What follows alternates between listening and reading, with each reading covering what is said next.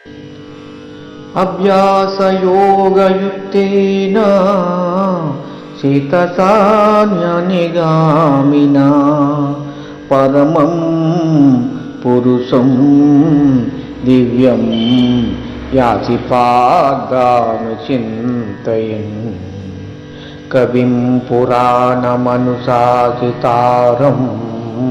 అచోరణీయాం మనుసజ్జరీర్యః సర్వస్య దాతారమచింతరూపం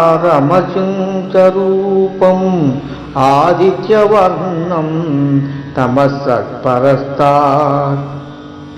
అర్జున, ఎవడు అభ్యాస యోగంతో ఏకాగ్ర చిత్తమున దివ్య రూపుడైన మహాపురుషుని స్మరించును అట్టివాడు ఆ పరమపురుషునే చెందుచున్నాడు.